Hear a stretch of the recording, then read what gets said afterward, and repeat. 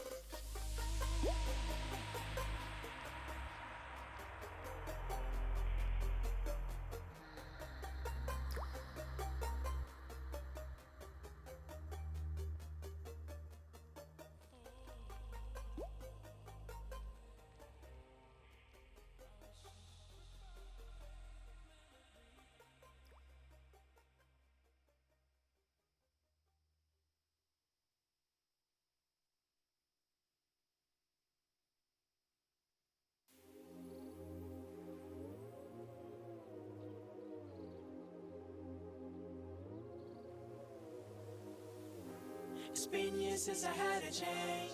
Always a watch out. Lighter to the gasoline. Oh, couldn't hold me. Now I'm living better days. Hot chick in a black Corvette.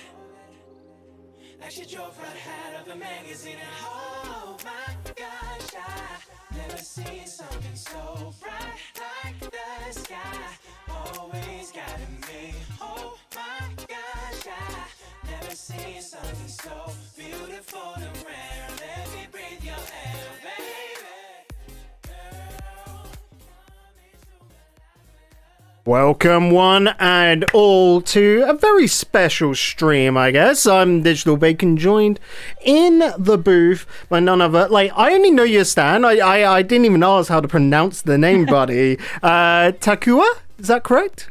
Yeah, Takua. We go with that. Okay. That's it. Okay, well, buddy, I'm just going to stick with Stan, because that's what I've been calling you for the last, like, couple of days, so yeah. So, Dan, looking at this, we're already getting the teams in, ready to go. We're just waiting on the bans now, aren't we, buddy? Because as is becoming a thing in community tournaments at the moment, bans are coming into effect. And, well, who are we expecting to see at the moment as we go into the lower finals? We've got the three best teams waiting, of course, the Coolum UCL in the grand finals. Here we've got Imperial Yorkshire and UCL in the lower bracket finals. Who are we thinking we're going to see get banned? Well, if you've been keeping up with the tournament thus far, then you'll notice that a lot of teams really don't like the Blissey, currently one of the top meta threats at the moment, just being a tanky frontliner, able to support the team for a variety of means. The Safeguard, giving you a shield perhaps, or even the attack speed bonus from the Helping Hand as well. So that is one of the expectations. But Hooper is another one of those champions or mons that have been very prevalent in 5v5 setting for the ability to just be able to rotate around with those portals. Yeah, and then of course, like Blissey at the moment just being the mega healer, or at least the shield, really just the backbone of most teams, and because of that, we don't really see Blissey get banned, and the Hooper as a pick to try and reduce that mobility. But we could also see a couple of different picks come on out, like big damage dealers, when we're looking at the Sylveons, even Glaceon add into the game, where not many people know how to face up against them. I mean, it can the be amount of easier to damage remove. that Mon does right now with the crit strike build after you get those ice shards and then the icicle spear stacks, it's very juicy.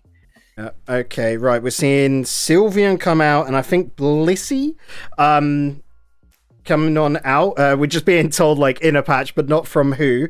So everyone's saying they're ready. Let's just jump straight on into this as we're going to get the countdown going. I am going to throw it on into this screen. We can see the picks coming on in over on the orange, which is going to be the Imperial Yorkshire side at the moment. UCL has taken the purple. We're seeing Snorlax, Delphox, Hooper, Low and Ninetales, and Incinerate. Pretty simple, decent range set coming on out from the opposite side. UCL, Talonflame, Lucario, Trevenant, which I absolutely love that pick. Oh yeah. Decidueye, and then of course the Edelgloss. Edelgloss coming on in as that replacement for Blissey, but that's a very high technical character right there.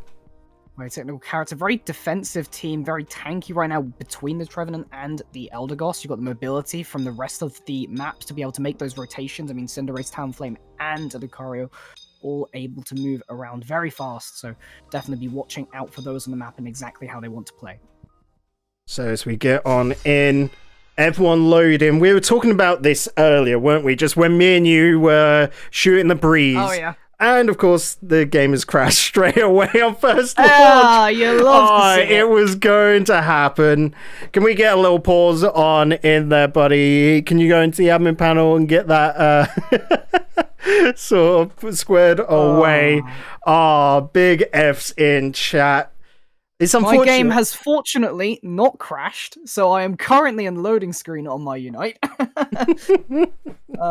As is the way with the game, unfortunately, crashes are just part of it. It is a trial of being a Unite player so far, so you will just have to live with the crashes, and we'll roll with the punches as the stream goes. Hopefully, we will get that pause. Hopefully...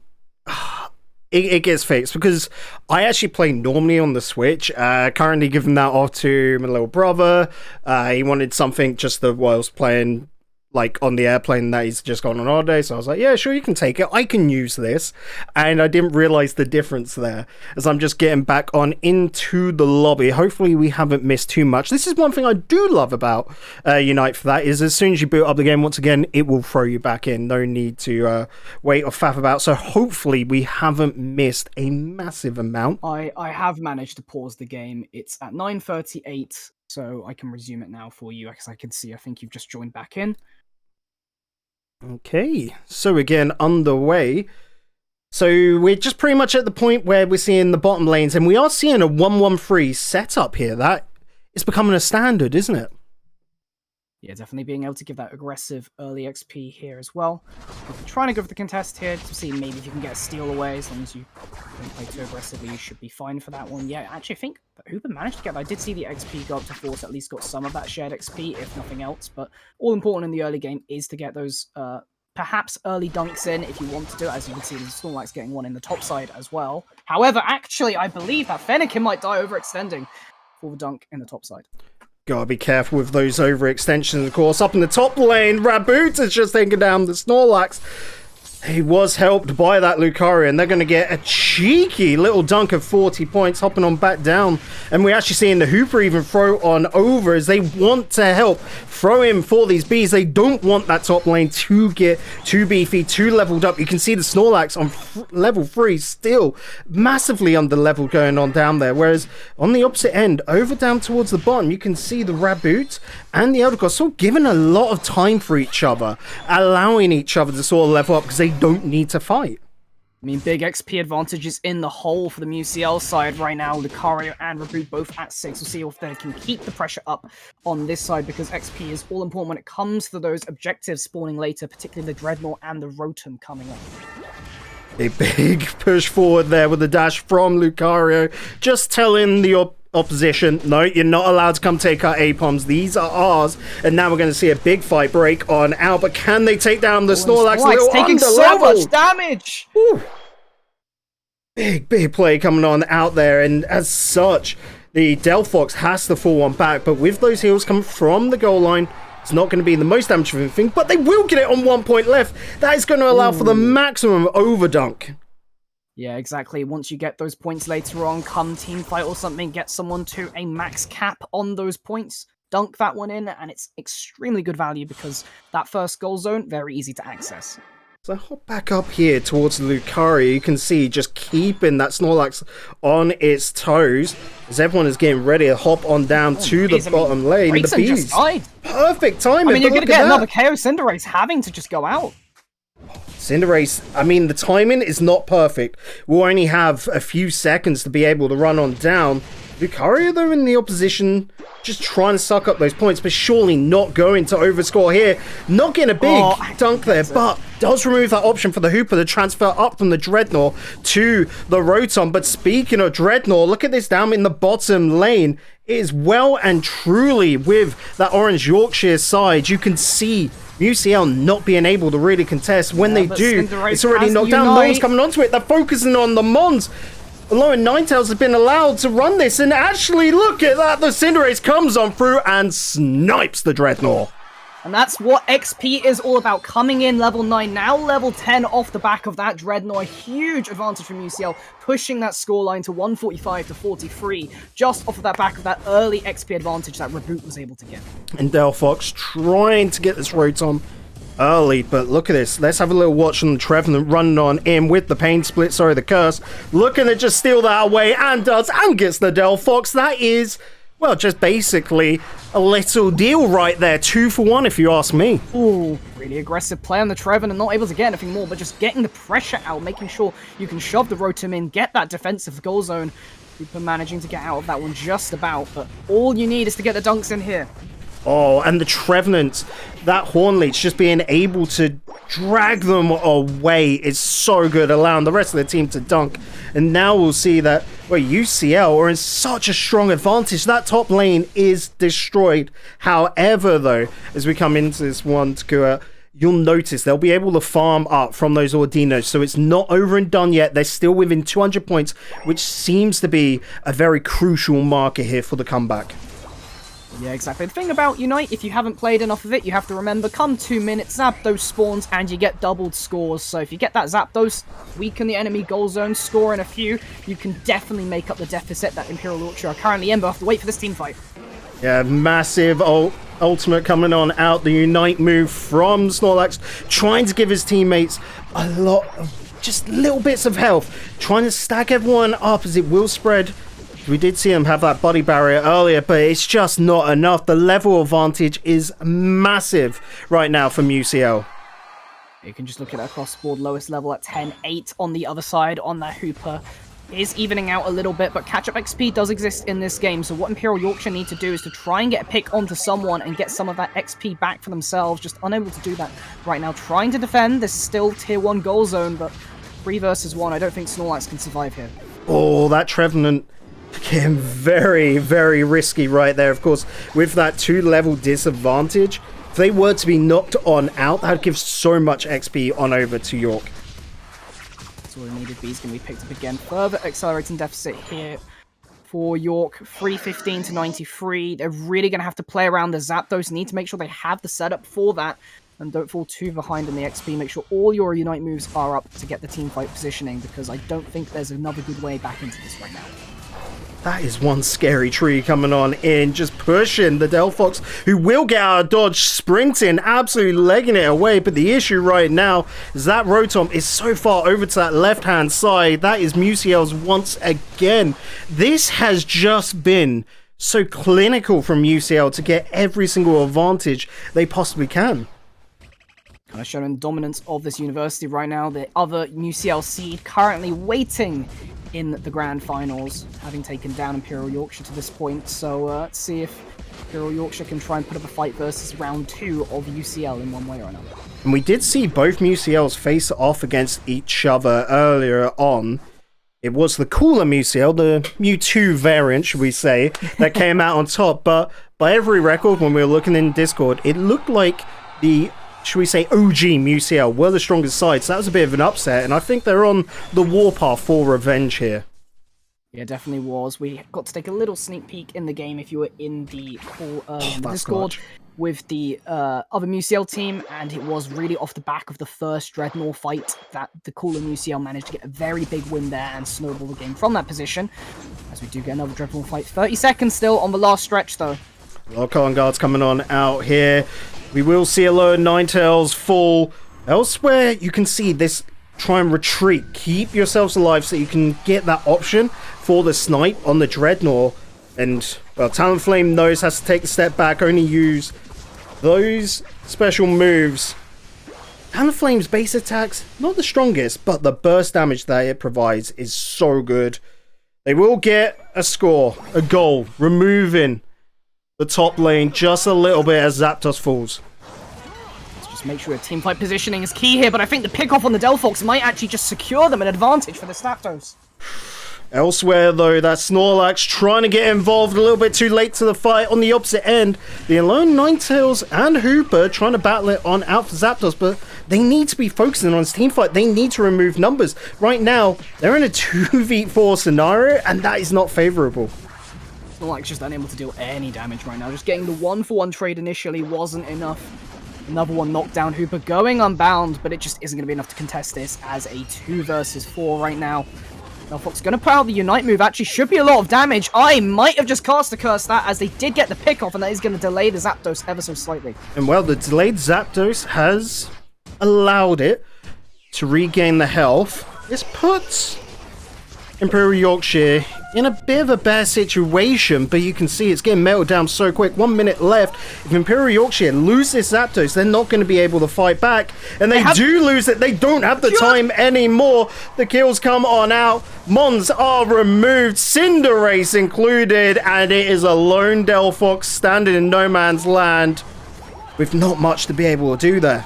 Does get one final response. Yeah, gets the 1v1, but that Zapdos steal, Lucario MVP, absolutely. They're just going to seal the deal from UCL. 30 seconds left on the final stretch. Not really much you could do as Imperial Yorkshire with 141 left to that 6:15. Just going to have to look for the next game and see what adaptations you can make either in the ban phase or in your own composition to try and deal with this. I love the spirit from the Alone Ninetales here. Still just trying to break a goal, you know, see how much you can do. Try and not have such a large deficit on the scoreline. Do look down towards the Hooper. Does break it. That'll bring the numbers a little bit closer to each other.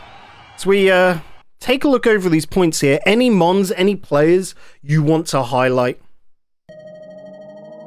Well, I mean, the Lucario got the steal there, but I really do have to give it on for the Cinderace on UCL Tengoku Light there, getting that early XP advantage, having the Unite for that first Dreadnought fight, giving UCL the advantage in that fight to be able to beat Yorkshire and then just snowball the game from there. Now, a rule that's different to me, I'm used to bans stacking within Pokemon Unite and tournaments I've casted before, but here we do things differently. We change those bans for each and every round. Each and every game. So, we will see Blissey and Sylveon back, possibly on the table. You could reban them if you want, right? But I wonder if they're going to make any changes, because we look at these stats. I mean, that Trevenant was doing bits over on UCL alongside the Cinderace, and surely you got to be looking at them if you're Imperial Yorkshire thinking, maybe we need to get rid of that Trevenant. Yeah, maybe not highlighting the Trevenant quite enough in the late game, but in the early game in particular, stopping Yorkshire from being able to get any sort of goal scoring, allowing the rest of UCL to be able to make those pushes. So, Trevenant definitely on the radar. Whether Yorkshire wants to make that adaptation for that, we'll have to wait and see.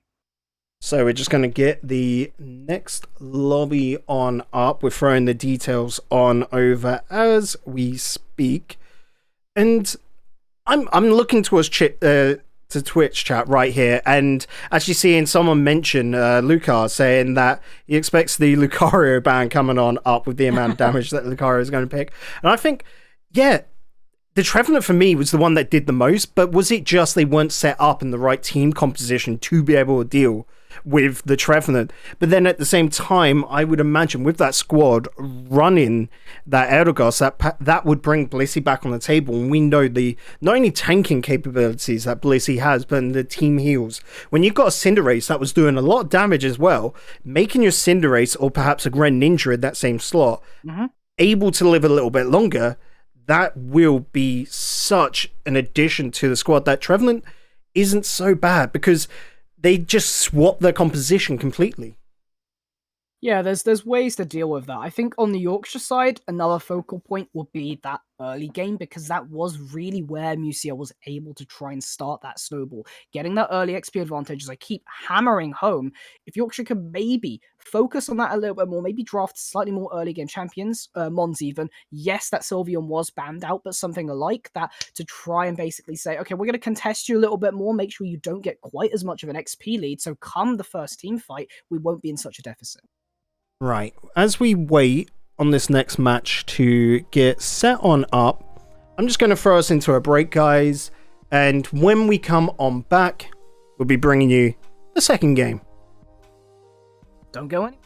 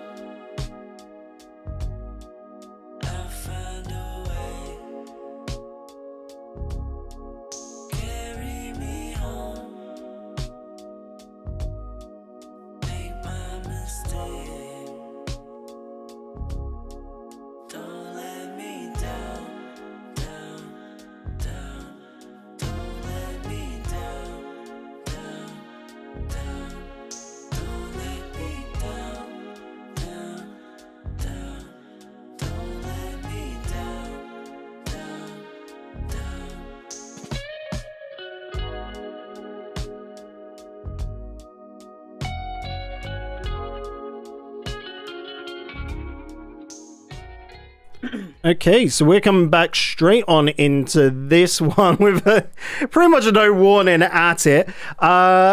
We see Lucario and Blissey are the bands coming on through team composition, so I wasn't able to transition in time. But looking at this, we do see over towards that left side, Lucario now swapping out for Serena. A pretty like for like, admittedly little differences in the mechanics of playing them, but their role in lane very similar. Yeah, we'll have to watch out for that Serena, a really, really potent duelist as well. I mean, we saw a lot of 1v1ing situations with Lucario, especially last time, just soloing top lane, trying to get dunks on their own and secure XP. Serena might be able to provide a similar situation going on there if that's how Musea want to play it. As for the other side, we do see the Wigglytuff on the adaptation there instead of the Hooper. Able to provide the Sing, I think, as most notable for players of this game. So let's get this one underway. No crashes this time, thankfully. Fingers crossed. Let's hope I've not jinxed it.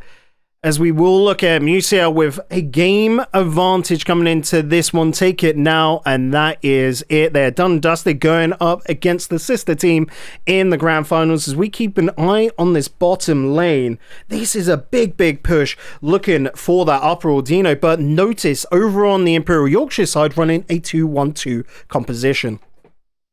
Yeah, it's maybe better contest the top side for sure here. See if they can get some more early XP. Just the Bound Suite, collecting all the creeps there on their lonesome. So not too much to be expected for the time being. So we look at this though, the Fennekin and Snorlax, 2 level 3s versus level 4, and the Snorlax don't give a damn, he's just potting. Perhaps the sign of his stacking build, but has left the Fennekin high and dry, just nothing left in it. And not gonna get out either. This looks like Rest karma. isn't gonna be enough to get through that, I don't think. No, it's definitely not, and you can just see the Bounce Suite looking to push forward a little bit further. Raboot finally finishing off down in that bottom lane though. As a little bit of revenge does come out from the Fennekin, looking towards his bottom lane. The bees have dropped, and this is a massive battle. Yeah, there's that Sing. Health bar's getting extremely low. If you can get 1 KO here, it might give you a little bit more of an even back, but at least securing most of the bees. Yorkshire Imperial have Wigglytuff now in the thick of things. As long as you get the trade onto the Trevenant, it shouldn't be too bad, but the healing is there and not quite enough damage. Need to find a couple of axes, I think, as that tree was not going down. Up in this top lane again, that Snorlax with another drop, hopefully a further stack, meaning that they're just looking through a different route, a different avenue to be able to boost their power. Having to watch out again. Just look at the Cinderace's farm. Level 7 by 8 minutes. Still incredibly far ahead. Able to provide that assistance to the top lane. Steenie, though, being a little bit too far forward. An overextension on that half will at least give Imperial Yorkshire some XP and some of those points back. Sylveon in the bottom lane, though, this is one of the issues when you're running 1-1-3, is the bottom lane can just be hurting a little bit for those levels. But Sylveon, noticing that, standing back, allowing the other two. The Trevenant level 6 is very impressive right now. That's coming out from the takedowns, the removals of the opposition. And so, yeah, just looking to be a little bit more cautious. With Cinderace in the top lane actually going to get taken down. Going to be a 1-for-1 there. Cinderace of the enemy team might actually get the KO as well. Aggressive on UCL, punished by Imperial Yorkshire in the top side as we get the bees contest down here. Wigglytuff looking to just run it on through with the Sing, but unfortunately going to be removed at the end. 3 versus 1. We do see the Snorlax now jump into the fold. Up on the top line, you can see a 30 dropped in from the Cinderace, but Dreadnought is here right now, and you can see 2 Mons are completely out of the play. This is a 4v2 advantage for UCL, but they're just not taken down quick enough. The Trevenant trying to pick up on that note, though.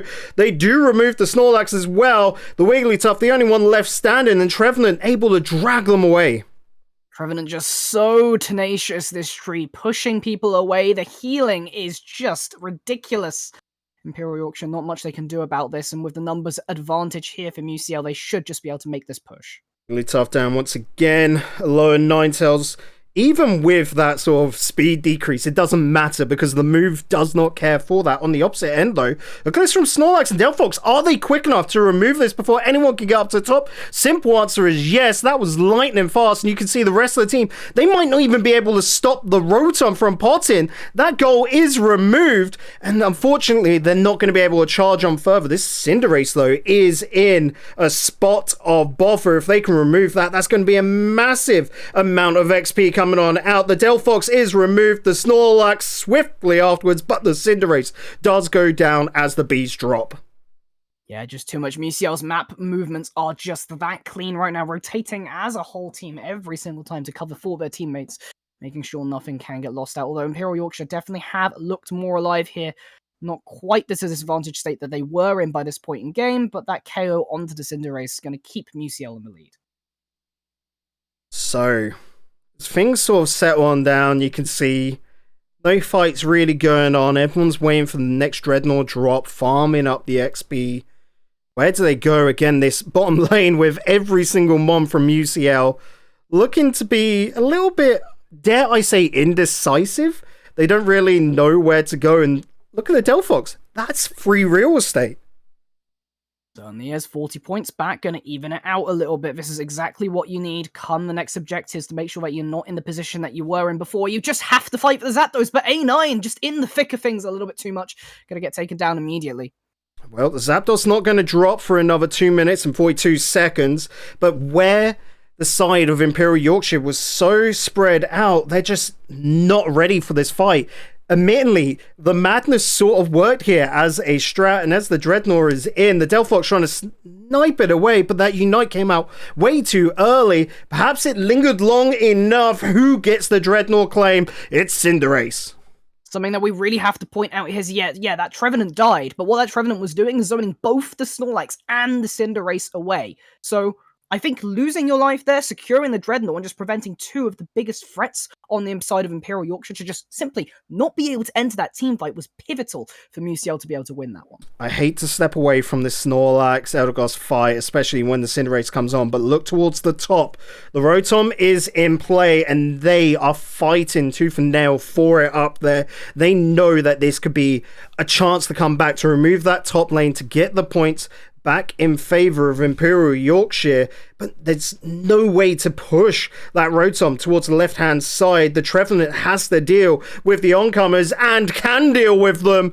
It's going to be Musiel winning the Rotom. Yeah, we had the Lucario adaptation, but I think the Trevenant seems to have been the bigger problem, still causing just such a big thorn in their side. I mean, denying every single objective virtually in one way or another just by being far, far too tanky. Musiel just going to keep accelerating, pushing their current lead up. Still only 197 to 165, but after a few more pots here, that will even out more. It's the number advantage that Musiel always seems to have. Looking towards that top lane, the Rotom is still up. The Snorlax cannot deal with it. You've got a Mon there that is just holding it at bay, but can't really remove it, and that is a problem in its own right. The rest of the team now all spread out, and so where you see Musiel clustered up, they having that number advantage, having the level advantage, are just picking off Imperial Yorkshire one by one. And for viewers of other MOBAs, you have to recognize that Unite is a very teamfight focused team. So whenever you do have those number advantages, push a lead and win a teamfight, you get a massive advantage because teamfights are simply where the game is at, particularly in about 25 seconds when that Zapdos is going to spawn. And given that the scores are just 197, 165, whoever gets this might just win the game. They weren't even able to contest the Dreadnought, but as we said, the Zapdos is still up, and it is only a 32-point difference. That Snorlax, though, just sitting in the grass, pretty much a third of the health removed. It's harsh, does have the positioning, but they got to be ready for the fight. The Cinderace and Delphox are too late to this one. The Unite comes out from the Snorlax. As you look on to the right-hand side of the screen, everyone getting involved. So that Snorlax Unite not covering enough area. So much damage coming on out. Sylveon removes one. The Trevenant pushing them away, even removing the Cinderace, and there is blood in the water. The Trevenant can smell it. I don't know how a tree smells, but they just got rid of a fox. Yeah, there goes the apparition inside, able to sense everything. Zapdos now on half health. Still A9 alive. If Imperial Yorkshire could delay it long enough. There is the potential for a miracle steal, save the fact that A9 doesn't get picked off. Will be in position here, but I think the 3v1, they should just take down the Fox before they can take down the Zapdos. That will give them secure, and with those weakened goal zones, I think that might just be game. And then great use of abilities coming out there as well.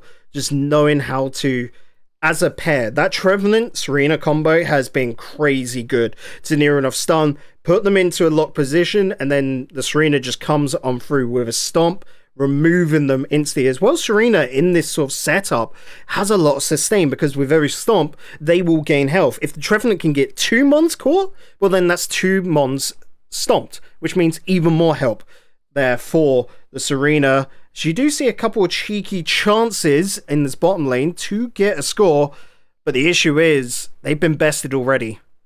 Yeah, you can't really even out 4 dunks right in the enemy nexus after a Zapdos. No stopping that whatsoever when that zone is defenseless, and it's just going to seal the deal for MUCL. Coming to face their sister team, as you say. Will they get revenge? And, well, we're just going to have to wait and see if that happens. Look, I can see it in chat right now coming in from Redo that this was brutal.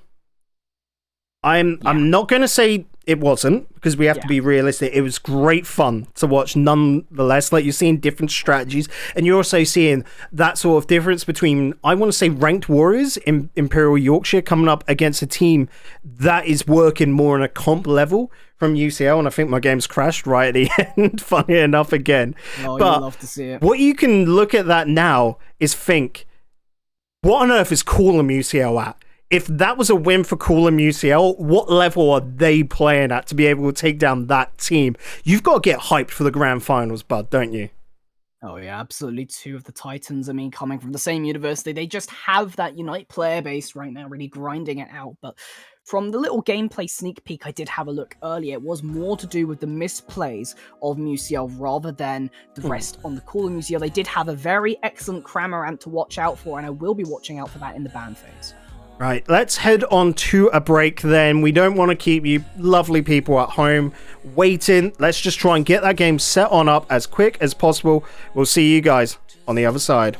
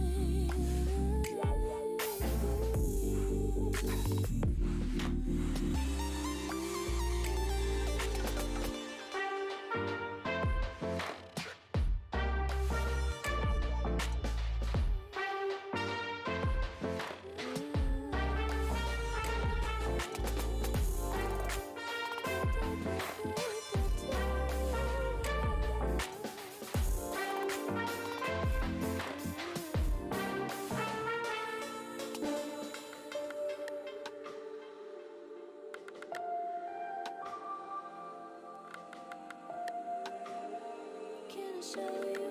Can I know you? Can I know you?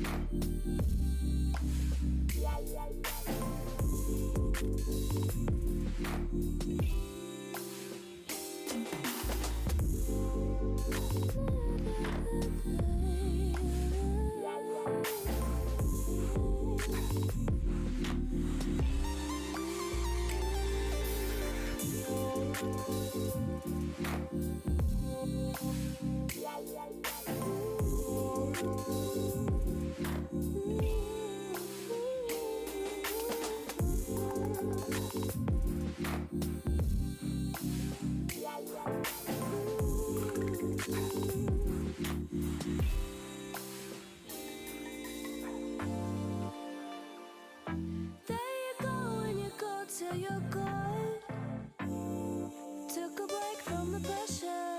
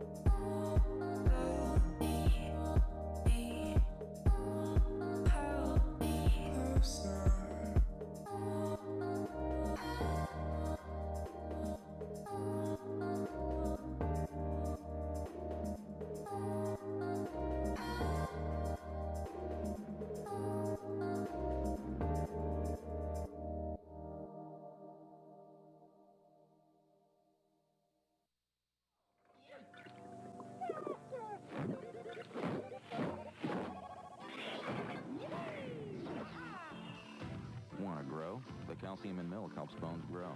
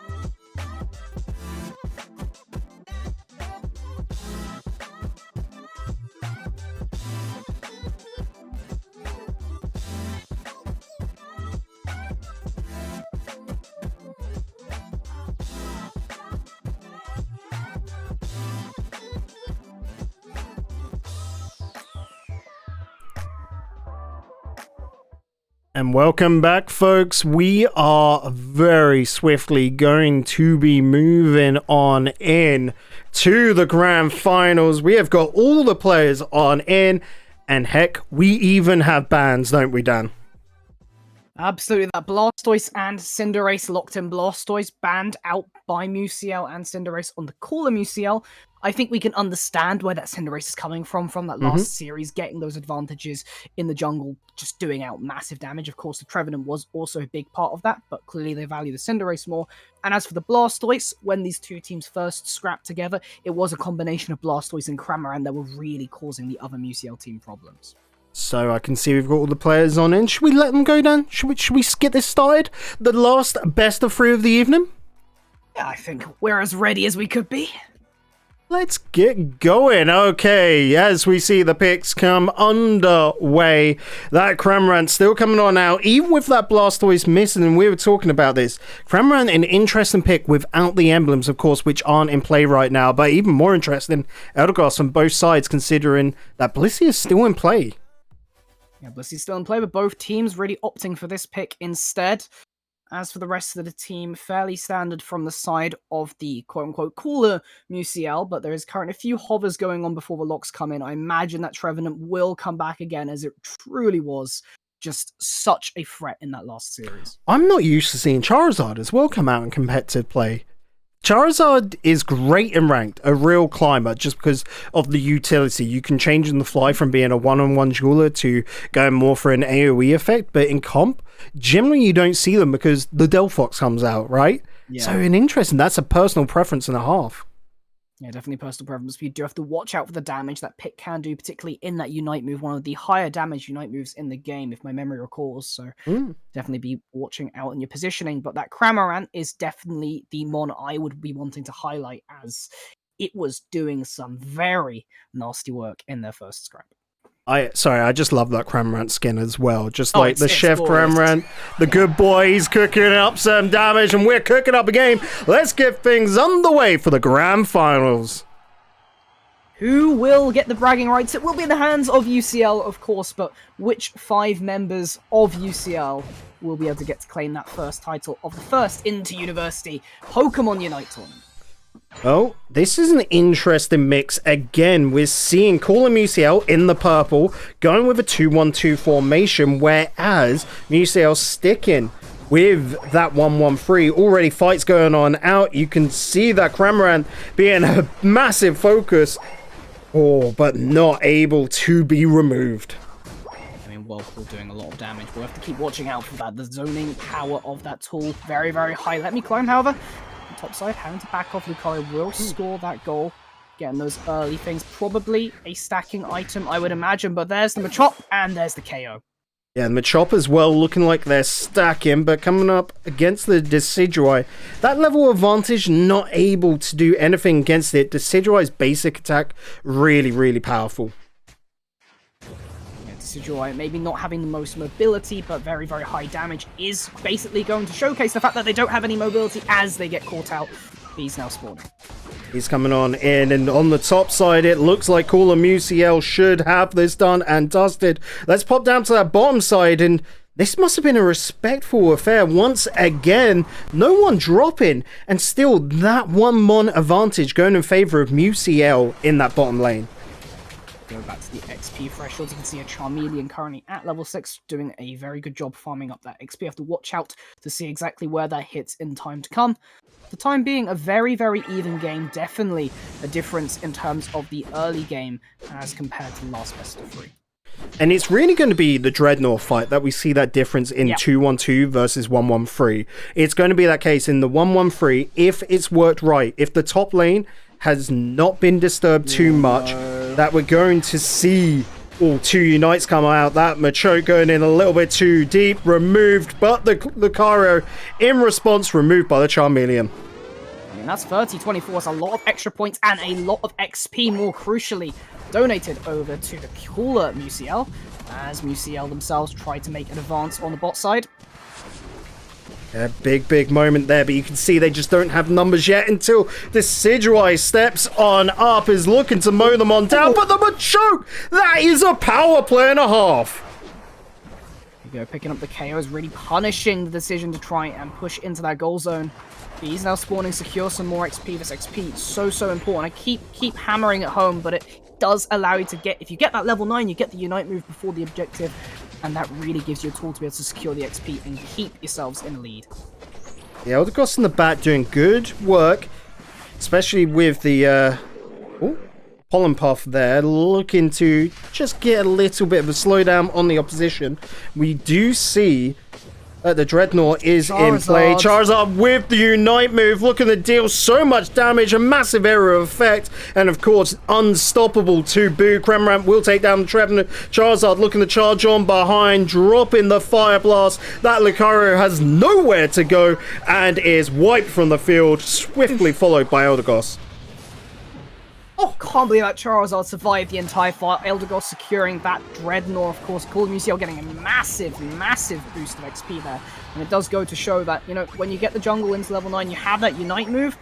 The demolition that Charizard was dealing to the enemy team was just unprecedented. Sidgewai having to get a dodge there. You could see the Pikachu being a little bit of a nuisance. Looking up towards this Rotom, though, this has been beautiful for Musiel. What a response to quickly snag that Rotom away before the rest of Call of Musiel can, well, give a response. And so, oh, that Pikachu not able to do enough. That really shows the bulk of Trevenant there. And really showcasing today how tanky this Mon can really be. The tree just sucking the life out of everything surrounding it. Right now, 164 to 16, massive advantage for the cooler Musiel for the time being, but definitely able to be evened out in due course, especially in the next few team fights. Definitely out there to watch as the rest of Musiel start to get their Unite moves online. This matchup going on right now, I don't think anyone's going to drop from it, and you can see everyone leaving, but that Machamp has somehow been a beautiful response to the Trevenant. Notice how often they fight up against each other, and Machamp, not a Mon that I'd expect to be able to, you know, win in the rock, paper, scissors against Trevenant, has done great work so far. Although this push might just be it. Free the rest of the members of Musiel. They have that numbers advantage, but Charizard popping Unite move. Gonna go down instead, and I think Musiel might be able to get something out of this. Oh, but that Machamp has been locked on in. Everyone working in tandem from Musiel to remove the Call of Musiel side. The Cramorant just having to splash on around for a moment, trying to stay alive. But Dreadnought will spawn on in. The Unite move coming on out from Decidueye, trying to zone out the opposition. But it's not enough. Call of Musiel have respawned on in, and they've been able to take the zone. The amount of damage that Cramorant was just putting out with the Whirlpool and those Hurricanes coming in really clutch there for Call of Musiel. Still pushing the lead, 2:08 now. 4 minutes left to go. Of course, there is that Zapdos on the way in 2 minutes' time that we will be watching out for, but right now, Musiel really looking like they're in trouble. With how quick this has been, perhaps even a Dreadnought before the Zapdos drops. This time, Call of Musiel aren't going to, let's just say, be tricked by Musiel's tactics. They're not allowing the Rotom to be gifted on over for free. And heck, even the Machamp is going in. Guns are blazing. Will they drop though? Looking to get out dodge. Take the Trevenant on the way. And they will be running home with a grin on their face. And that Trevenant's so pivotal there, pushing that Rotom, making sure it leashes to their side of the map, giving them that advantage, because then the Call of Musiel has to push into their team. Pikachu will at least get something back for it, but Musiel did get that objective secure. Well, with the power up from the Unite move as well, that is a scary threat on Lucario, and you don't blame them for just running away. They do defend this goal, not going to be removed, but notice that both goals are broken over on the Musiel side, still within that 200-point margin though. Yeah, the one disadvantage about having these early break-ins, though, and especially the fact that you don't have those first goal zones broken on this side, coming down to about that 3-minute mark, is it means that, well, in the event that Musiel gets a Zapdos, they'll be able to push into these first two goals far, far easier than, say, it was the secondary goal zones, which means they might be able to get a bigger goal cache, I suppose, than they otherwise might be able to. So Musiel here trying to zone on out that Cramorant and Eldegoss. They want to remove this goal and do. That brings them even for this Dreadnought fight. Admittedly though, health is in a bit of a bad situation. That Eldegoss running, I do believe, a Pollen Puff as well, so could do a little bit of healing, but just choosing not to. That Cramorant's coming really deep and should be right for the picking, but able to get out of dodge thanks to the Machamp. But Lucario does take the Dreadnought just before Zapdos. Yeah, I mean, basically making sure that there's no way that Cramorant could potentially steal, but 2 minutes left, 2 seconds even, for that 2-minute mark, and Trevenant only being on half HP probably will be fine with the healing, but still a disadvantage there. Both teams setting up around the Zapdos. You say setting up, they're just waiting for each other. It's a game of chicken right now. Who's going to attack first? And Charizard being cheeky, just letting them know, yes, he's still in the grass. He's not jumped away. As we see finally the attacks coming on through. The Trevenant getting in large. Machamp with the response, looking to punch on through. Knows who to remove. Going for that Sylveon. Big damage dealer. Wants to get rid of him straight away, but unfortunately will be removed. The Sidgewai dealing a ton of damage in response. Trevenant coming on through with the zone in alongside Lucario. They run them out. Charizard does step on in. Are they going to be able to steal this away? No, you could see the damage coming from Musiel stops in that Zapdos. Charizard is still lingering, but not able to get an attack. Musiel takes Zapdos and a chance of redemption. Yeah, they get that score, and with this first goal zone open, they can immediately dunk that in for 100 right away, and that's get genius! the second one available, and you just get 200 points right off the bat. Of course, with the Zapdos, you can just instant dunk, but if you remove any chance to your opposition to attack, yeah, you can just push into the zone. That Trevenant play was outstanding. Absolutely insane. They're completely eclipsing the cooler Musiel in points, and with only 30 seconds to go, and the fact that their goal zones are not vulnerable because they did secure the Zapdos, it's going to be very, very difficult to even that out, especially with the Sylveon here to defend. I know a lot of, especially casual fans of this game, hate Zapdos for what we just witnessed. Yep. But it's a mechanic. It's basically everything up to that point is just building. Sure, you can set yourself way ahead, but a redemption arc just happened, and everybody in a competitive format loves an underdog story like we just saw. Yeah, exactly that. You could just see the deficit Musiel were in before that. Cooler Musiel having the tempo, having the priority the entire game. But it just wasn't enough. You win one teamfight, one pivotal teamfight. The positioning wasn't there. The damage was there on Musiel. They get the dunk in, that early goal zone available to give them those extra points, and that just pushes them over the limit. So you see the stats coming on out from both sides, and it was just basically at that Zapdos at the end. Let's have a little look at the amount of damage dealt, and I'm very impressed by that Cramorant. The amount of damage they can take as well is incredible. Yeah, definitely to watch out for. Was doing a lot of work in the early and mid game, but just wasn't there in that last team fight that Musiel were able to make the turnaround. Definitely have to watch out. Will that Cinderace come back as a ban in the next game, or will that Trevenant finally get tackled? Because I just keep seeing it do things that it just shouldn't be getting away with, Corey. So, again, new bans will come on in, and it's going to be super interesting to see which way they fall. But we need to go get that all set up. Let's do this, Dan. For perhaps even the last time of the evening, we will be throwing it to a break, but I really don't want it to be the last time. Game 2 will take place after this.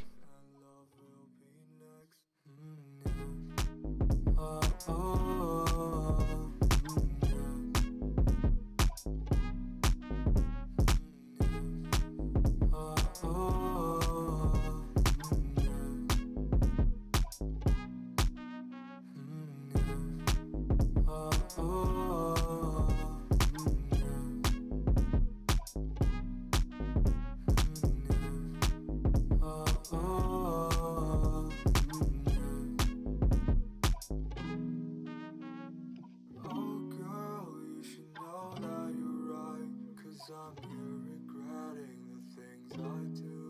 But for now, just please reply to my text at 2 a.m. So for now,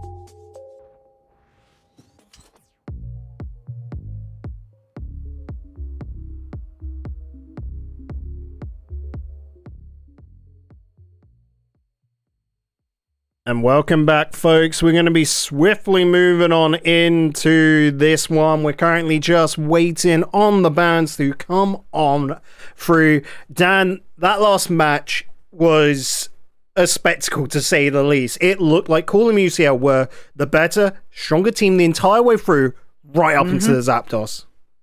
Yeah, absolutely was, Corey. That Zapdos fight was that breaking point for the other MUCL team. The team fighting and the coordination of this team is just unparalleled. Certainly has been in these last few series. And going into this game too, definitely going to be watching out on those bans, because that Trevenant zoning away threats on the enemy team has been doing this for the last 3 games now. Will they keep tackling this for this ban phase? Will they actually do it? Or will it continue to be that Cinderace? Right, let's get into the spectacle that is talking about team bans once again. Who do we think is going to be removed? I'm saying it now. We need to see that Trevenant removed once again. The Cramorant, don't get me wrong, was a great pick on the opposite side, but I don't think that's the one you really want to get rid of. It's just, there are so many good players right now in the arena that I don't know who I'd focus down. All I can say is from UCL, it's that Trevenant with its zoning capabilities, which is the problem right now. Yeah, exactly that. Enabling UCL to get away with so much in every single team fight. And the tankiness as well of the champion. Same bans coming through though, so Trevenant's still open for this game, which means it will just be that Cinderace and Blastoise continued to be denied. Blastoise, very, very understandable, was the big problem for UCL. Absolutely no reason to change that ban, given the way that Game 1 went, despite the early game deficit, but we'll have to see how it goes in this game too. So, the players are in charge of the lobby right now, so once they're ready, they will get things underway, and I'll throw us in to game. But till then, the Cinderace and Blastoise. Now, Blastoise, like you said, was one that was a difficulty to deal with for UCL. So, again, understandable that they're throwing it there. Combining with the Cramorant as well, that was a powerful pair. But the Cinderace, now, Cinderace over on UCL, we got to see earlier, and I don't think was like the biggest issue. Sure, a big damage dealer, but didn't really, dare I say, control the game like the Trevenant. Didn't really dictate, was just good for getting picks. Yeah, I think one thing about the Cinderace ban that I do think there is merit for is we look at that game, we look at the fact that the Charizard was able to get that XP advantage compared to the enemy jungler. When the enemy jungler, however, was on Cinderace those games previously, they were able to match that XP advantage. So honestly, I get the feeling that might actually be a target ban to keep giving Altonaut that extra XP advantage come that first team fight. Okay, picks coming on through, and well, I think I see pretty much the same as before. The only difference now is no Eldegoss coming on out from the MUCL side. They've swapped off that, and we're getting a is it the Delphox stepping on in place? Yep, that's it. So going for a little bit more attack. Interesting. I mean, Delphox Ultimate, that Unite also giving you massive zone control even when those fireworks start going off. Just saying, well, you can't come into this area, and we also have a Trevenant to basically CC you within the area. Of course, Decidueye Arrow Storm also able to provide similar zoning, of course, from a further range. That Delphox as well is so strong when it comes down to the Zapdos, which is going to be, I think, another case. Look at that. The game crashes once again. Oh, man. This is going to become a little meme, ain't it? Joys of Pokemon Unite. You know what? It cannot be worse than the League of Legends client. If any of you have played or dealt with that client, you will know how buggy it is and how often it crashes. We'll have to wait for us to get back into game. I'll try and get this paused so we can still be joining right at the beginning of it, but we'll just be a moment.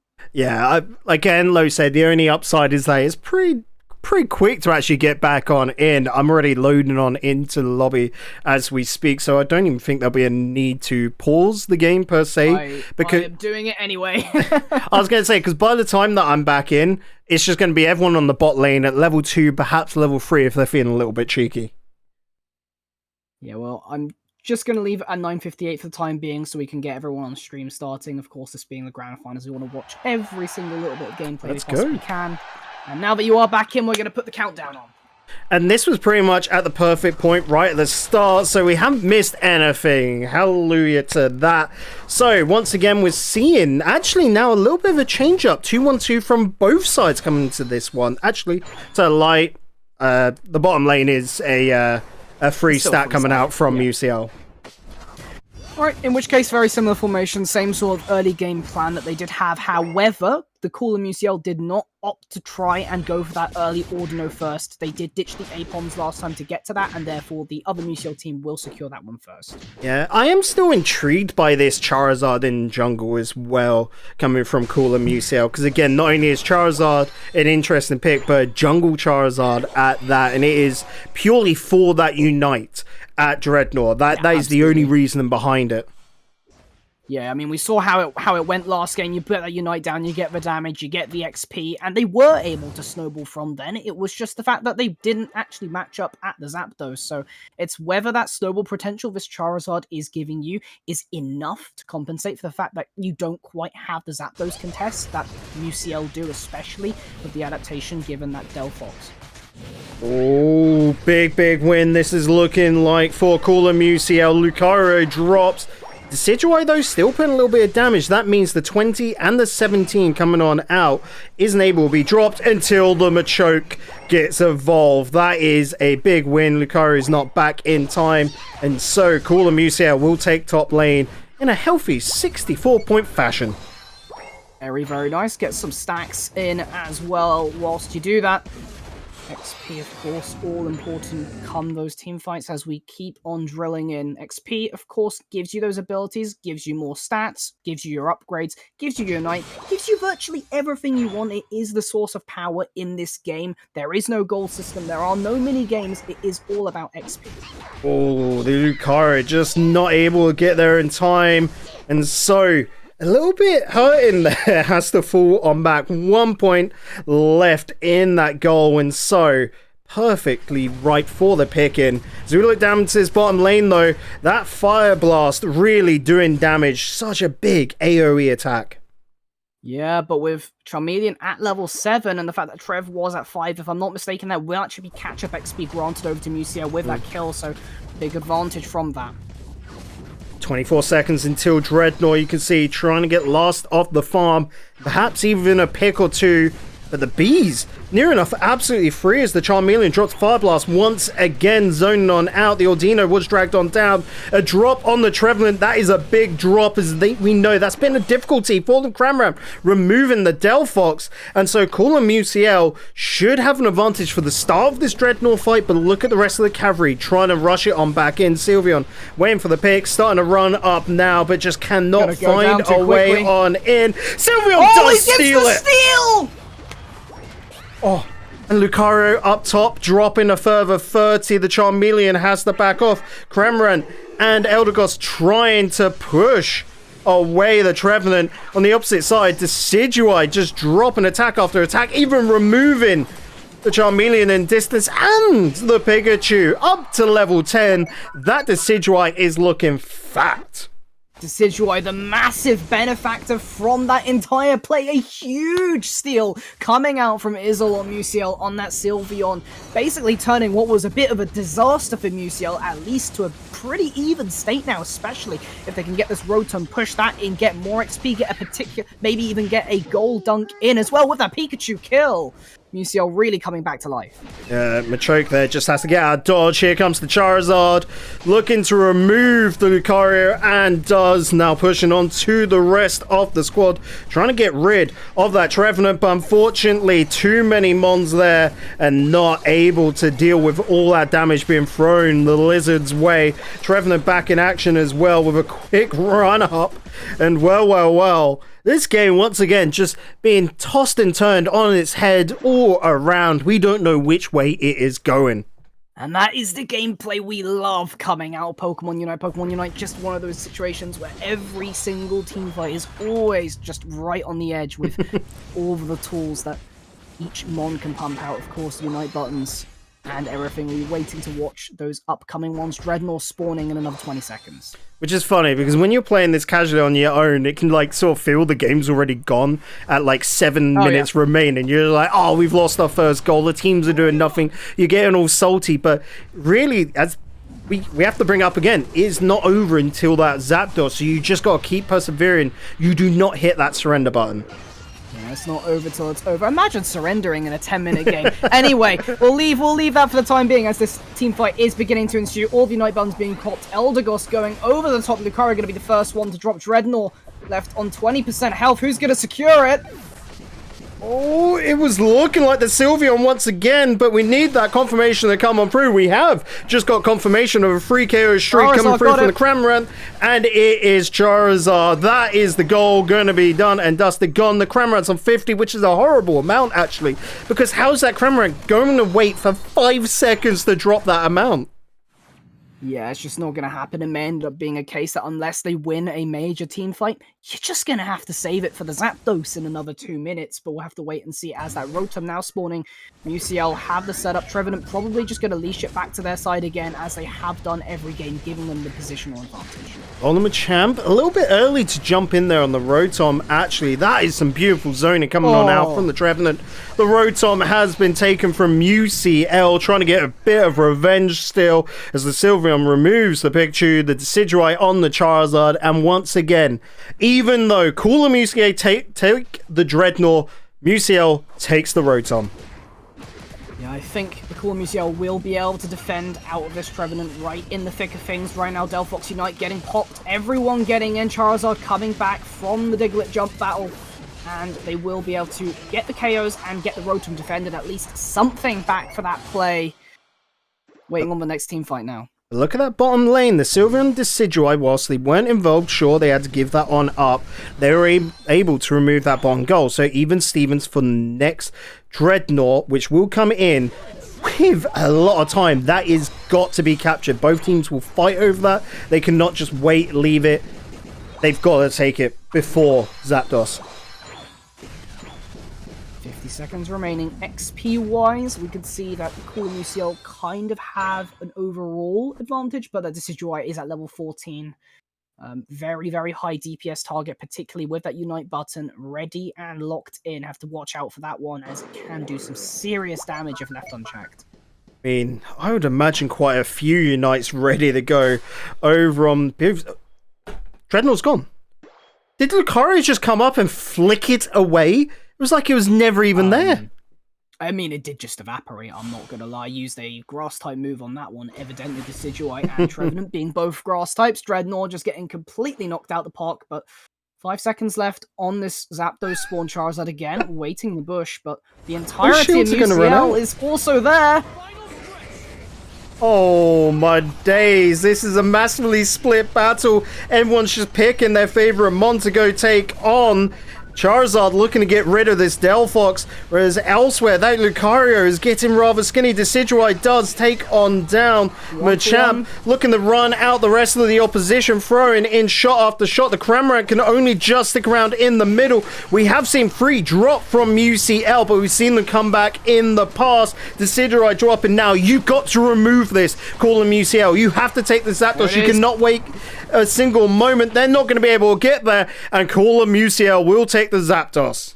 Yeah, Charizard eliminating that Delphox right at the beginning, straight into the backline with the Unite, giving them that advantage. Delphox having to use that Unite move more defensively, and the fact is, it was only the Trevenant zoning the rest of the team away, and because the Charizard was keeping the rest of UCL where the Delphox was, you just had this problem where your damage dealers really couldn't get into the important backline of the Cooler UCL, and you're left with a situation where you're pretty much resourceless when the brunt of the team fight goes down. So Cooler UCL getting that Zapdos, getting that 609 to 182, and looking like they're going to secure the game.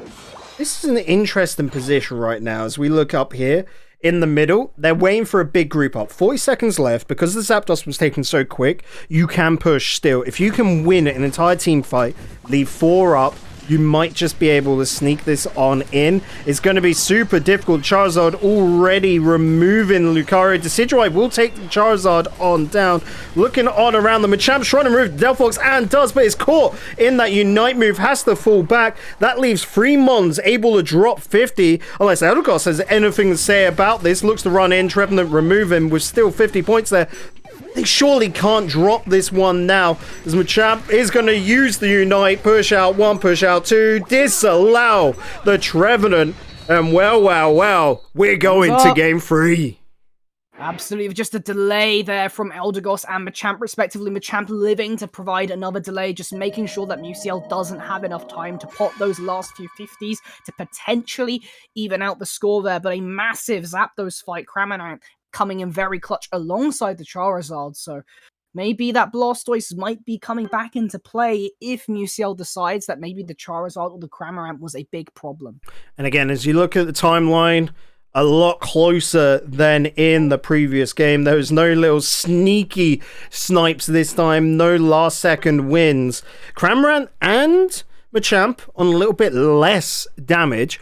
The Charizard actually only on 44,000 is a surprise to me, but no surprise at all is that Decidueye, Dan. Yep. That is a lot of damage coming on out, and it is all from long-range picks. But also, look at that, 43,000. They are getting involved. The Decidueye is getting attacked on, but it's just got that ability to retreat. Yeah, certainly has. I don't really think that the Columisio have enough dive to be able to get onto the Decidueye as much as they would like, given how far back Decidueye is able to play out on. Seeing as the Charizard has been focusing the Delphox in fights, maybe if they decide to focus the Decidueye instead, you take down the Decidueye, but then you have to beg the question, well, then Delphox is alive, so there's still another damage dealer up, so it's all about target focus, really. Right. It's really coming down to the wire here. Bans will come in once again. I'm going to hold us on this intermission because it looks like we might be getting into it super quick. All the players are ready to go. We just need the bans. And you know what? I wouldn't be surprised even if we get the same bans again. I will ask, of course, 4 bans just to get the confirmation to come on through. I'm just going to invite you as well to go back to the lobby. Do we think they're going to keep at it? Because it's still such a close game. Yeah, it depends on how both teams are feeling at the moment. Because one big thing I always love to say in best of series, especially when it's coming down to something like a final, you're in game 3, this is do or die. There is going to be that mental element, there is going to be that element of comfort. So even that Cinderace span, I mean, obviously the Trevenant has been played every game as well, so that's still definitely on the table. But these sorts of things, you take these away, you remove comfort for our final game, and that can really shake things up. So, I think the players are ready to go. It's got some, of course, the game's got a lot of like cute stickers in it, so I ask for bans in game. Yeah. And all I get is an Eevee of love hearts, and I'm just like, that's nice, but Aww. like, come on, yo, we want to get it started with this. As soon as we've got the bans in, we know. And yes, Musiel once again going for that Blastoise. Yeah, absolutely. Same bans continuing to be locked in right here. Alright, well, if it isn't broke, then there's no need to fix it. I suppose that's the only way that I can think about this, and just have to wait and see when we get into game. The final game of the night, the final 10 minutes as well. I mean, you're a league caster, like, we're not going to be around the bush here. How does Unite feel in, you know, a similar MOBA, of course, a little bit more simpler, don't get me wrong, in Unite, but 10 minutes and a fixed 10 minutes. How does that compare to, I remember League 2-3 years ago, where some matches would last like an hour 10 at times, you know? Oh boy, yeah. Yeah, well, I think we had, I must have been in the Korean League. I think one of the records was, I think, an hour and a half due to certain things going on in the game. But yeah, League games can very much get extended out. Kind of had the best of both worlds as well, back when Heroes of the Storm was a big thing with the shorter game durations there. So it's kind of like, you have League, then you had HOTS, and now we have Unite here with a fixed 10-minute, as you say, which is I think the difference here is there is no sort of element of stalling. Yes, there are scaling picks that you can have in Unite. I mean, particularly looking towards Tyranitar coming in soon as well. But less so to the point where, well, we're going to stall out the early game, we're going to play for late. You could do that here with the Zapdos, definitely. But with that 10 minutes, you really do have to be pressuring pretty much throughout the entire game. And of course, each mon has different areas of the game where they're stronger. Like generally the single Evos, where there's no evolution at all, are great in that early game, where they don't need to get leveled up. They don't see that power spike as they get to their final form because they've got that ability at start. Yeah. The only difference to that can be your Espeon and your Glaceon, where the Eevees do still have abilities. I think on the Espeon, I don't know what it is on the Glaceon, but the Espeon is basically you can't be hindered, which is a big ability to have, right? And so it's all about, like, some mons are great at the start, some mons are great at the end. Let's take a look at Decidueye at the same time. Decidueye, when it's the Rowlet, and I can't actually remember the middle Evo's name. Thank you. They're not good. Let's just be real about that, because they just don't have the power. But as soon as it goes to Decidueye, oh baby, that's powerful. Yeah, you get the range. Huge amount of damage. One of the highest like DPS targets in the game. Hindered by the fact that they don't really have mobility tools, but long range DPS keep you safe as long as you play well with the team together. So definitely be watching out for that one again, potentially coming back in for the zoning tools that it can provide. Right, I've given the all clear from our end. And I like that. Domino's saying in-game, because they're all talking that Raichu for Unite. I find that weird, where we have mons with evolutions that don't have them. Like, Pikachu doesn't have a Raichu. I'm sure we might get a lone Raichu at some point, because that feels like they would fit in really well. Yeah. But at the same time, when you've got Lucario without a Riolu, nah, they did Riolu dirty with that one. Yeah, they definitely did. I mean, I think the key here is they've been leaving baby mons out, but then Swinub's in the game, so I'm a bit confused because you don't have like the Swinub's not Happiny Tansy thing technically a going on. baby mon, I think. Like, it's on a weird I'm sort of fairly case certain because it's it a was happiness solution in the actual game, which no, it's just a level up, like at 37 or something like that. Yeah, we're getting into this. Should we try and be serious again? I have to check this, sorry. It is actually a level up 33. Yeah. Okay, I take it all back. I always thought Swinub was a baby mon, but I guess it isn't. But yeah, I mean, the disturbing thought is that to Espeon is a happiness thing. So Espeon's just out there taking down other Pokemon and is loving it. You know that, right? Just, I don't know, enjoying their time on Eos Island for sure. 24 seconds until the rest of the draft phase going in. Seems to be exactly the same picks coming through. Actually, no, wait, hold on. Delphox back out for the Eldegoss. Yep. Yeah, Eldegoss coming back through. That was the thing. We have seen these picks before. That's what I should say, rather. But comfort is key in the last game of a best of 3, and we'll wait to see exactly how the grand finals unfolds. So, as we bring this on in, confirmed, same picks as always. It never change. It's perhaps a case of deja vu, but I don't mind being in this place again. Not at all. Well, watching out for exactly the same mons as last time, but we have to bring it back to exactly what's in the cards, because yes, MUCL has the bragging rights in the bag already because both of their seeds are in the finals, but which 5 players will get to say we won the first inter-university Pokemon Unite tournament? We'll have to wait to see in the next 9 minutes and 50 seconds. Right, that's another case. I've just looked to this Charizard in Jungle, and they don't even have the eject button to skip the wall. For some reason, I find that infuriating, and I just don't know why. I'm wondering now, are they running the slow smoke, or are they running the full heal? Yeah, I mean, if we paid slightly more attention to the screen beforehand, I might have been able to remember, but we're too caught up in the hype of this final game series as Lucario and Machop are having a brawl down. Pikachu will be there to help them out and get the Machop away. But the Pikachu had to... Did they swap lanes? No, they were just at the bottom taking on the Apom. The top Apom wasn't there for that long either. 3 up top. Now going to take on Lucario and the Decidueye, You can see this waiting, the baiting. Do they know that the Charmeleon is in there? That's what the picture is trying to bait on out. Just throwing the Electro Ball like, come on, come attack us. You know you want to. I mean, it's good patience waiting for that beast spawn. There they are, Lucario coming straight out. Charmeleon gonna reveal themselves. As long as you can secure the XP, that's all that matters. And that is exactly what will happen for the cool UCL. You can just see on the map up top left as well, bees were dealt with very swiftly on the bottom side, but no one again dropping, unlike in the previous games where we did see a pick here and there. There is Charmeleon just going straight back to the clear. Here's the thing about best of 3 again, I always have to say it, but you know, when it comes down to these do or die moments, sometimes it's better to play a little bit more reserved, make sure you aren't making any risky plays, as that could definitely affect the mental of the entire team. Top lane once again being left completely open though. We've seen in the past where they've just put this down to 1 point and then left it alone in the bottom lane.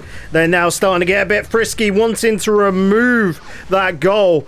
Think better of it though. They see Mons all free on the opposite side and know that's not going to be free. Absolutely no defense is there. Good rotations coming out from both sides of MUCL. Matching themselves very, very evenly. Charmeleon level 7 right now, still trying to get level ups for that Dreadnought. Revenant going in very, very hard. Will be backed up by the Lucario. KO going over to Sylveon on to Kramer. Oh, and they're potting right in the middle of battle. They know ahead of time that they have scared off the opposition. It's gone. It's removed. And the entirety now of MUCL are on that bottom lane. Previously, everyone was split, but they are ready for the fight here. There it is. They have the setup right now, making sure that they don't have a zone to fall back to. This is one big thing with a Dreadnought fight. If you can pop that early goal zone, it means that, well, say you push them back, they have to run a lot further to be able to heal up and rebuild. I don't know what's going on with Call and MUCL. They've been left, and so the Lucario up in mid has actually gone exploring. If we just take a little look to the Charmeleon Lucario fight, the Dreadnought was given over near enough free to MUCL, and Lucario's just gonna get the kill. This is weird. I don't get this right now. This is odd. And the push rotations coming through. Adaptations. Well, in other news, we have the 3 coming up again, waiting for the spawn. Rotom now available, trying to get the setup for that. The rest of MUCL still on their way alongside Cooler MUCL. Trevenant going to do the same thing, rinse and repeat, push the Rotom to their side of the field. It's already on half health, it's just going to get secured. I mean, it's a good strat. Why wouldn't you keep up? The Charmeleon is there, unfortunately not able to throw the Fire Blast far enough. Ramram might have to die for their sins and is removed in the grass. Now, a big follow-through attack coming through as you look at the Decidueye popping that Unite, making sure to remove everyone off that goal. Yeah, there it is. Goal getting popped. They are just going to go for the overscore with the Trevenant. Another few in 57 to 189. MUCL really doing the cooler MUCL impression like in the first game. Lucario very deep here. Of course, can see, but it's the Elagos that's going for the Buffon, and Lucario does steal it away, getting that power up, and, well, actually, leaving Trevenant on their own. Was fighting these bees, but with that distance being gained, the control actually isn't being challenged for it. Yeah, not all too tanky right now. Able to get the XP there. XP as a whole currently in the favour of MUCL, as expected from the way the last few team fights have gone. Looking for another push down here in the bot side. Trevenant yanking the Cramorant back. Eject button out. Ultimate popped as well. Responded by the Charizard. Will be a KO straight over to the Cramorant. Nothing left for Cooler MUCL so far. And this Trevenant, with so much shield, is able to survive. A little bit overextended, will surely fall right now. I don't know. He's gaining health with the help of the Elagos, and of course being able through the Horn Leech to get that back.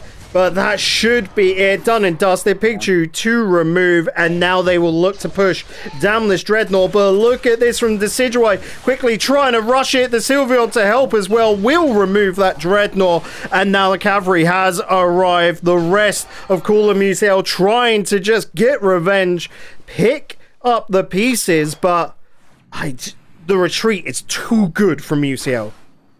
You lose a few numbers in the ensuing fight, but Dreadnought gives XP anyway, so I'd call that a pretty even trade, especially given that XP goes to the whole of your team. So Musiel still very much in the driver's seat. Rotom set up, and yet again we'll see the Horn Leech going into the Rotom, secured immediately, just getting burnt down by the forces of Musiel. I'm pretty sure everyone in here is partaking in the tournament this evening, but if you're not, and this is your first look at Pokemon Unite, the reason why Dreadnought is so powerful is that it gives XP to the entire team as well as shield to the entire team. So it helps so much. Looking at this fight right now, the shield's coming on through from Edokos, just giving so much health on over to the side of Cool and Musiel, and this is savage. The Machamp trying to chase down the Sylveon. I mean, Charizard getting a pickup in the top side should allow Cool and Musiel to get a dunk in at least on that first goal zone. That will get destroyed, putting them up to 97, at least evening outside. If Machamp can get this too, comeback XP, Pikachu coming into the fray to support it. But Trevenant just slightly too tanky, unable to die right now, and Pikachu forced to retreat. Oh, but not going to be able to. The Trevenant will find the Pikachu with the Eldegoss beside. Pikachu does do a lot of damage to the Trevenant, but able to get out of dodge, and that is a big, big loss there. Back to the farm in 15 seconds until the Dreadnought drops. Yeah, try and get as much XP as you possibly can just for the bonus stats and damage before that team fight, giving you more XP for the Zapdos fight. It just keeps on going. It's just how it is in this game, but 97 to 189, not a huge deficit for the side of Cool and UCL, and not a huge advantage on the other end, meaning that, again, we might just be watching this Zapdos. It's gonna be coming down to that fight. And they don't even contest for it. Cool and UCL just know the deal. You look at those levels right and left, and they look very even. But Musiel is just ahead. It's the Eldegoss being at 10, which is scary. Sure, you do have Charizard now. Machamp at 13. They're going to be able to do a lot of damage. That will be a move increase as well. But they're just not wanting to take the risk coming into this fight. I mean, every single Unite button primed and ready. Setup available. Charizard doing a little bit of scouting. UCL still stuck in the other bush. Yeah, Charizard is scouting there. I mean, Trevenant might be looking for something. The Eldegoss to come out, gets the idea, knows that a couple of Mon are in the bush, but they don't want this early game. They don't want the chance for the comeback after the Zapdos. I mean, they don't know where the Trevenant is. Trevenant has the flank available here. He's just going to go straight into the thick of things. Oh, a big, big push. The Unite coming out from everyone as well. And you can see trying to push them away back into their own lines now. Musiel with so much damage. Lucario will take down the Cramorant. Trevenant does get the Pikachu, however. But Charizard to get the Eldegoss, that's a big removal. Lucario needs to be stopped here. It did say unstoppable, but they had other ideas. And Trevenant, Sylveon trying to back away, giving themselves some space. And then perhaps even just snipe this Zapdos at the end. But I mean, they're happy to leave it on mid-health. This is so much stalling. It's fine, you just wait for everyone to get back in. This Machamp and Charizard are so low. It's going to be an even fight. You secure this, and now it's pretty much a 50-50, depending on who goes for it. Cool and Musiel have the setup. Who's going to secure the objective? Will be the Charizard. Now, can Musiel hold on? Can they remove the Mons of Cool and Musiel? If they leave one alive, that's absolutely fine as Charizard and Cramorant as you get the pick. So Musiel now need to get a comeback. The Sylveon up in the top left, looking to dunk that 50, but the Charizard will respawn in alongside the Cramorant in time to stop that drop. The Eldegoss in the so bottom much too. health on the bottom. The Charizard does stop that Eldegoss. Trevenant's still trying to fight this one out, still going for Mons. I don't know why, perhaps to try and get some health back, but it's just not going to happen. Sylveon can't do anything, and so it is decided with a roar. Cooler Musiel will take the crown. Coming straight down to the wire. I mean, even the Zapdos there, just giving you that one dunk onto Charizard, and because you secured it, Musiel don't have those insta-dunks. Those Zoil Zones are not defenseless. You have to channel, and that gives the members of Cool and Musiel time to get back, time to defend, and that was just enough. Oh, and right at the end, we don't even get to see the stats. The game crashes once again. Well, my stats screen is still up, so I can give you some numbers at least. Highest damage dealt is actually the Charizard of 62,000 damage numbers, lower across the board, but Trevenant's healing was also 62,000, so I think that says a lot too. Again, that's the Horn Leech coming in there. Whilst also moving so many Mon out the way to throw them up in the air to get the heal. Yeah. It's so powerful, and I think we can both be in agreement that Trevenant has to be today's MVP. I mean, I really think there's nothing else to it. I mean, yes, On the losing didn't side, get the win on the end, but every single Rotom fight without fail, leashing it back to their side, giving them positional advantage. Every single push without fail, pushing enemies back with that Horn Leech, giving Musiel an opportunity and opening to get early dunks in. Just being an MVP in every team fight, even in that final team fight, the patience on the positioning to get the engage was massive. It just wasn't quite enough when compared to the amount of damage that Charizard ended up dealing. It's it's weird right now. That's it. The tournament is over. We've got our crown champions in the cooler Musial, which I have to say is now a name that is well and truly justified, right? Yeah, you know? I mean, they are officially the cooler Musiel because they beat Musiel and took the crown, so nothing more to it. But before we end the broadcast, we've got Isabel on the call with us from Musial, of course, and the organizer getting us all in for this. Isabel, thank you so much for this. It's been great fun this evening. Anything you want to say before we close on out? Well, firstly, I would like to thank the casters for doing such an amazing job for casting our best of 3 matches.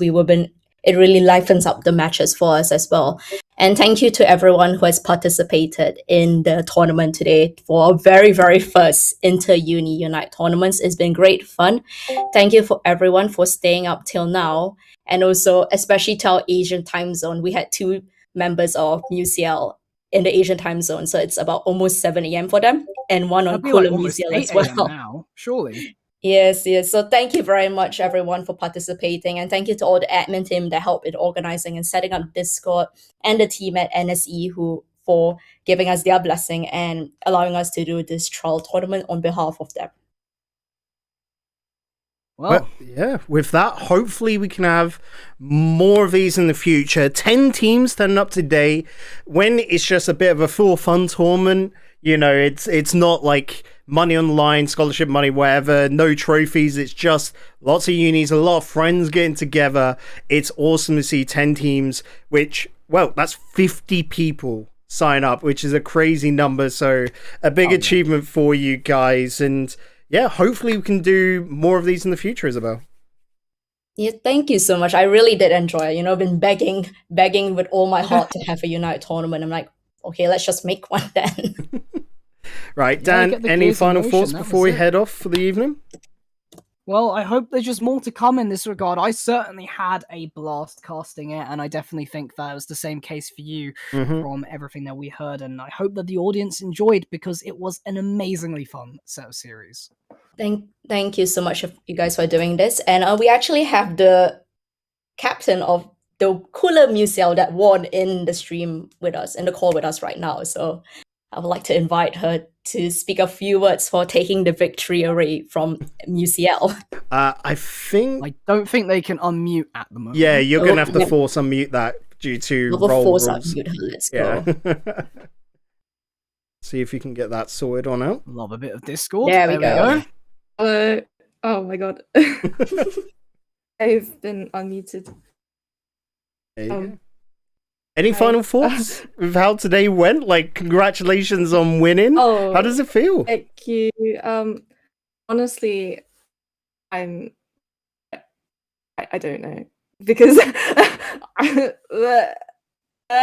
don't know, because like the cool MUCL team was kind of just made for funds, and we kind of like we finally got like a working team comp like basically this morning, I think, and we wouldn't think it would work, but everyone just played comfortably like what they would usually play, and they all smashed it, and I'm really proud of them, and we are simply the coolest MUCL team, I guess. But I mean, honestly, we were really not expecting this, and it was like okay, I don't know how to put these into words because I don't like thinking on the spot. I'm also really tired, but like honestly, thank you so much, Isabel, for organizing this, because this has been one of the most requested things in UCL Pokemon Society, because our Unite scene is really big, and we really wanted to do like a tournament like this, and we hope something like this happens in the future that's even bigger, and not just UCL versus MUCL again in the finals. Maybe something cooler, maybe something else funkier once you guys have bigger teams, maybe. Yeah, thanks. Well, I'd imagine the pressure is now on UCL with both teams in the grand finals to not only hold on to being grand finalists again, but then to get through the upper finals and all of that, because you guys have surely got, crosshairs in your back now. You've got the bullseye ready, because everyone else is going to want to come get revenge on you two. Yeah, I mean, I think this we're is the used to it. segue into a lot of things, though. Oh yeah, I mean, you got the team tour target on your heads as well at the moment. Totally. We were but last year's championships. We've got everyone staring at us this year. Great stuff. Right, let's close this one out. Thank you, of course, NOC, again for the blessing. Thank you, Isabel, for organising it. Thank you to everyone at home, not only people spectating, but the players for partaking. This has been great fun. Again, hope we can do it again. If you're feeling a little bit generous, go drop a follow on Takura's Twitter. Pretty simple. It's right there in the screen. You can see it up the top. If you're going to do that, yeah, drop it on me too. Why not? But until next time, guys, stay safe. Hopefully we can see you soon for even more Pokemon Unite. Bye.